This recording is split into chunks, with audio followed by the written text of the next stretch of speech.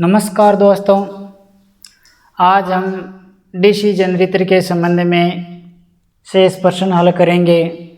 DC generator के में प्रेरित विद्युत बल से संबंधित क्वेश्चन सीरीज होगी जो एग्जामों में आई हुई है। तो देखो, अपना पहला प्रश्न है, जब किसी कंडक्टर किसी चुंबकीय फ्लक्स को काटता है तो कंडक्टर में एक ईएमएफ प्रेरित होता है। यह कौन सा नियम है? यानी कि जब कोई चालक किसी चुंबकीय क्षेत्र में फ्लक्स का छेदन करता है तो उसमें एक विद्युत बल पैदा हो जाता है। यह किसका नियम है? तो ऑप्शन देखो, कूलाम का नियम, फ्लेमिंग का नियम, फैराडे का नियम, लेंज का नियम। तो ये फैराडे का नियम है। तो राइट आंसर क्या हो जाएगा? सी, फैराडे का नियम।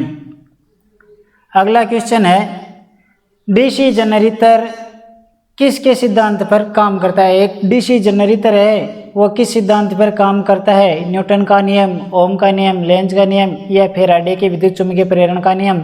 तो डीसी जनरेटर है, फैराडे के विद्युत चुम्बकीय प्रेरण के सिद्धांत पर काम करता है। तो राइट आंसर क्या हो जाएगा? डी, फैराडे के विद्युत चुम्बकीय प्रेरण का नियम।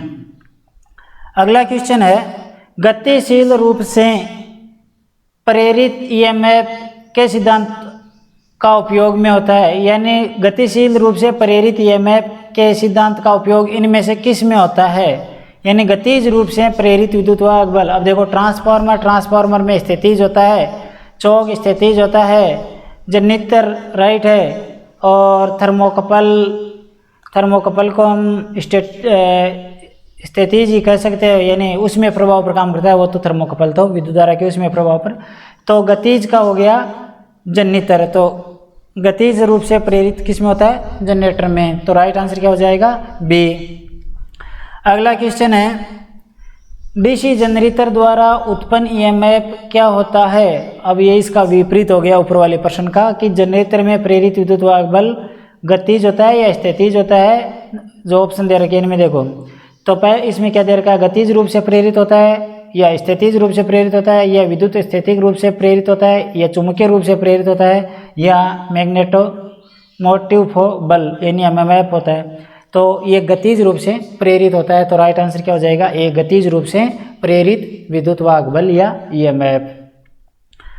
अगला क्वेश्चन है, डीसी मशीन के आर्मेचर में एमएमएफ का वेव फॉर्म के रूप में अनुमानित किया जाता है। यानी आर्मेचर में जो मैग्नेटिक मोटिव फोर्स होती है उसकी वेव फॉर्म किस प्रकार की होती है? उसकी वेव फॉर्म त्रिकोणीय या ट्रायंगुलर प्रकार की होती है।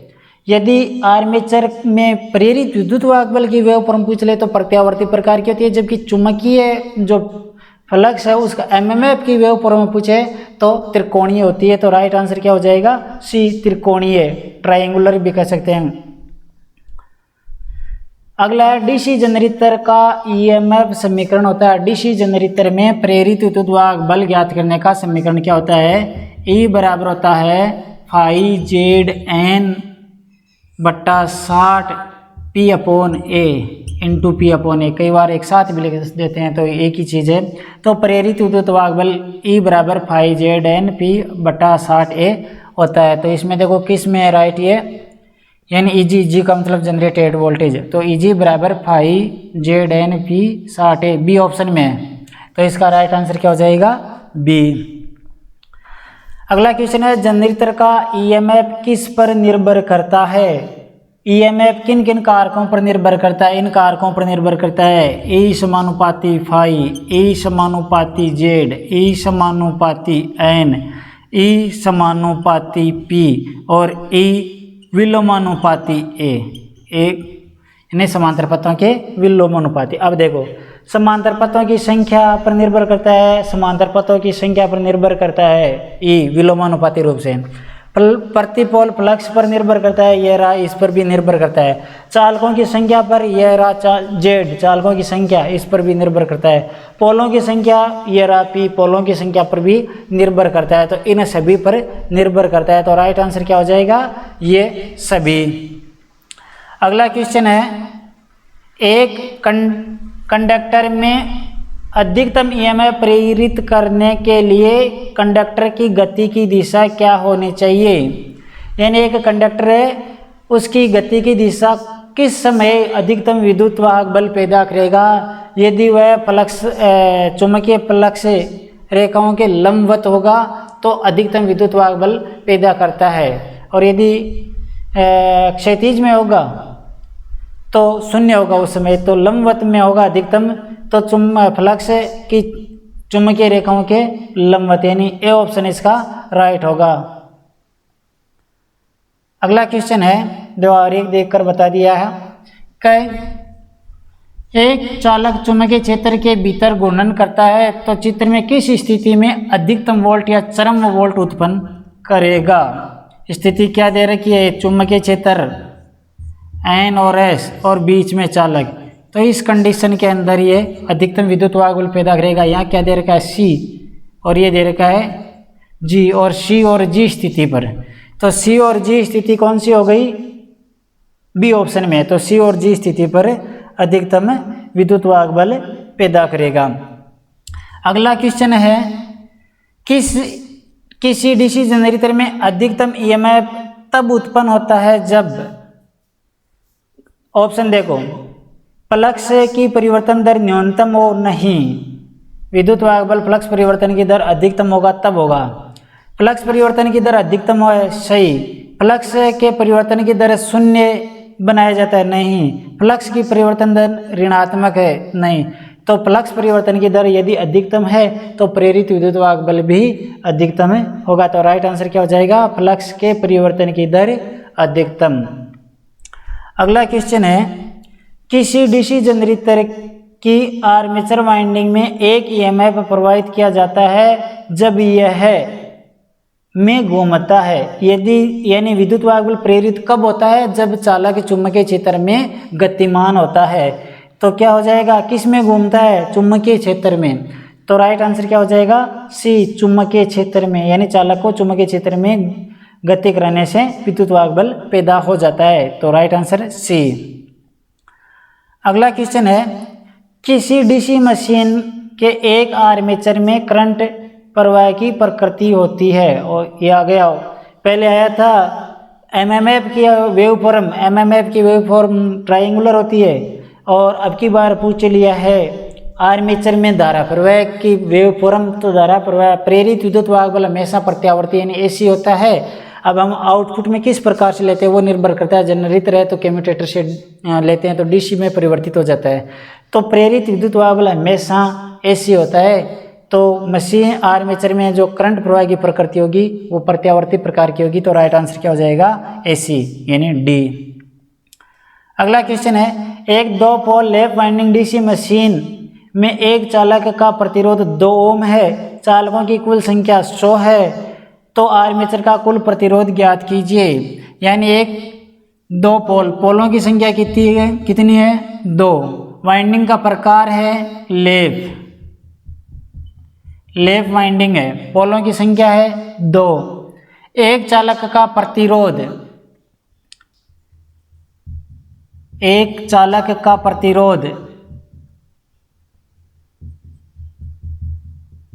कितना दे रखा है? एक चालक का प्रतिरोध दे रखा है 2 ओम। चालकों की कुल संख्या Z बराबर है 100। तो आर्मेचर का प्रतिरोध क्या होगा? RA बराबर क्या होगा? देखो पहले देखो इसमें समांतर पथों की संख्या क्या होगी। लैप वाइंडिंग है, पोलों की संख्या 2 है। अब इसमें सिंप्लेक्स है या डुप्लेक्स ये दे नहीं रखा है तो हम इसको सिंप्लेक्स ही मानेंगे। तो A बराबर क्या हो जाएगा? सिंप्लेक्स लैप वाइंडिंग में A बराबर होता है P इंटू फ्लेक्स, और P का मान 2, फ्लेक्स का मान है 1, तो यानी सिंप्लेक्स है। तो ये हो जाएगा A बराबर कितना हो जाएगा? 2। तो समांतर पथों की संख्या कितनी हो गई? 2। यानी जो 100 चालक है उनके 2 पथ हो गए, यानी 50 चालक अलग हो गए और 50 चालक अलग हो गए। अब देखो किस प्रकार से, मान लो ये पथ 2 हो गए इनके प्रत्येक चालक के, तो यानी एक टोटल 100 चालक है, इनमें से 50 चालक एक पथ के हो गए, 50 चालक दूसरे पथ के हो गए, तो पथ 2 हो गए। अब इस प्रकार से ये कार्बन बुश से जुड़े हुए हैं, यानी एक चालक प्रत्येक पथ में अलग अलग 2 चालक हो गए, तो ये कार्बन बुश इधर है, ये इधर है। अब इस चालक का प्रतिरोध कितना हो जाएगा? यानी यहाँ कितने चालक हो गए?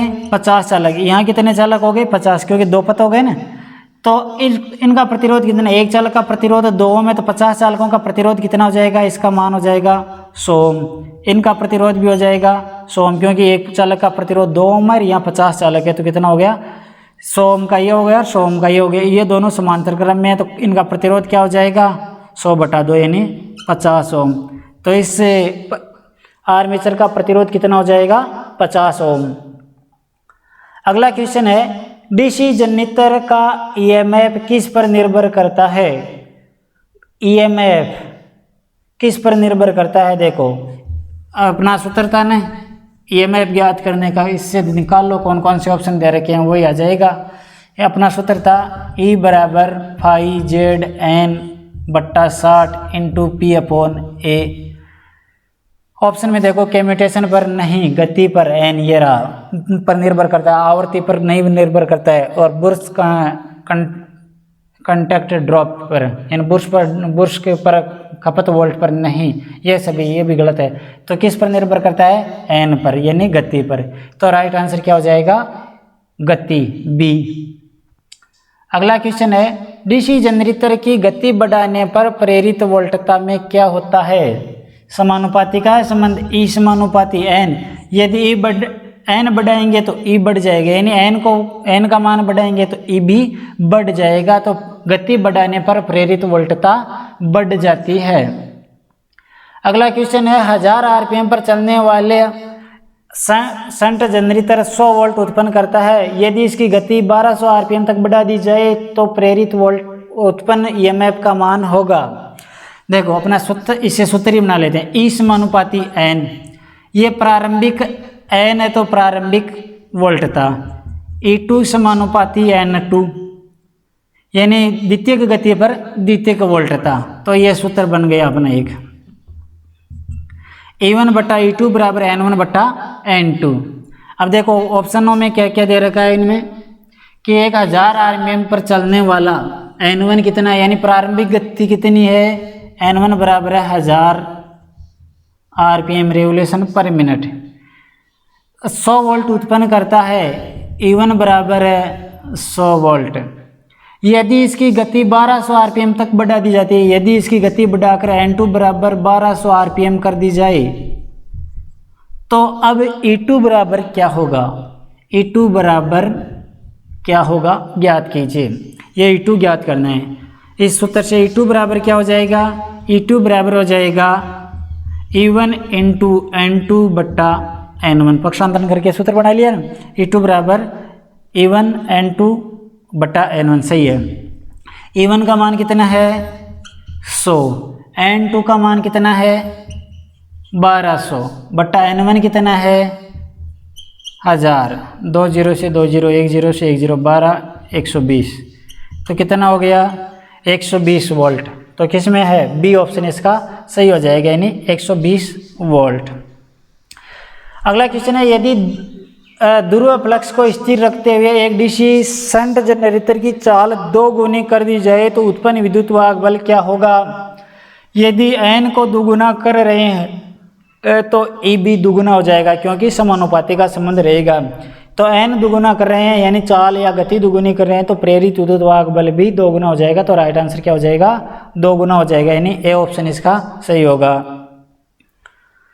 अगला क्वेश्चन है एक डीसी जनरेटर की लेफ कुंडली में समांतर पथों की संख्या हमेशा होती है। लेफ वाइंडिंग में, लेफ वाइंडिंग के अंदर तो होती है P इंटू फ्लेक्स और वेव वाइंडिंग के अंदर होती है 2 इंटू फ्लेक्स। लेफ वाइंडिंग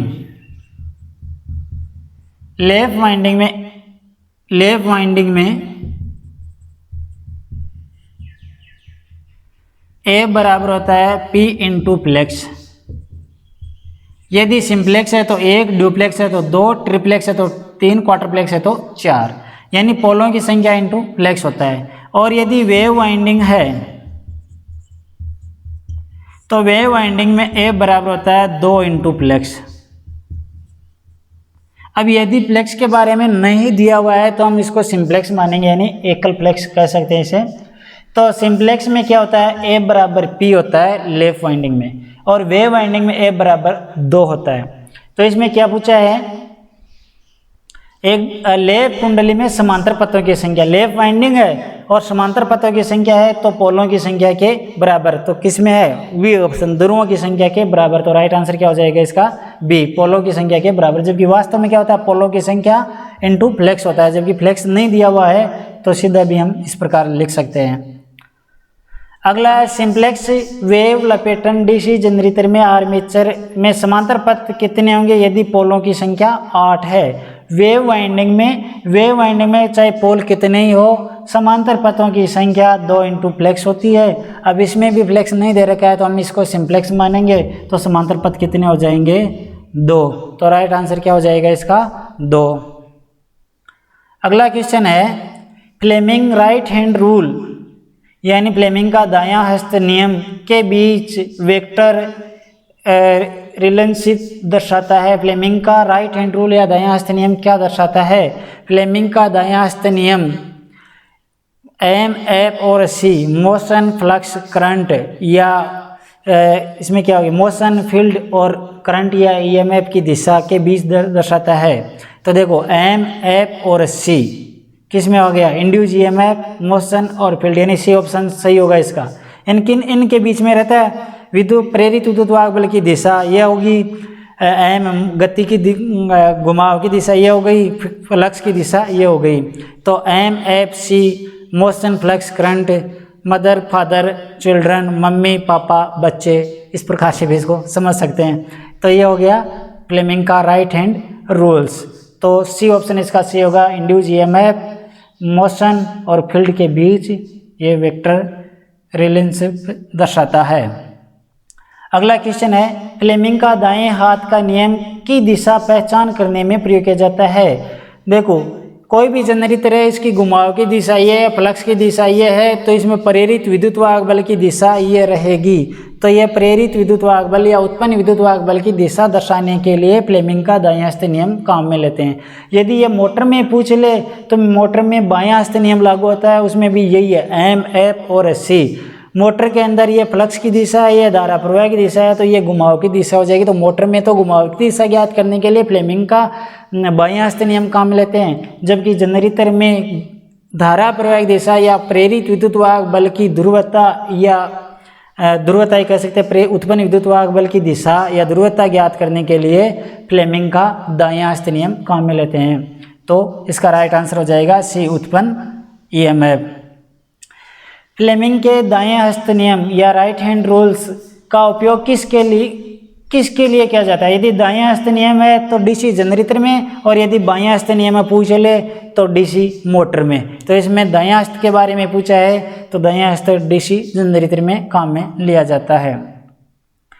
अगला है एक डीसी जनरेटर की पुली ने 1.5 मिनट में 2100 चक्कर पूर्ण किए तो आरपीएम में जनरेटर की गति क्या होगी?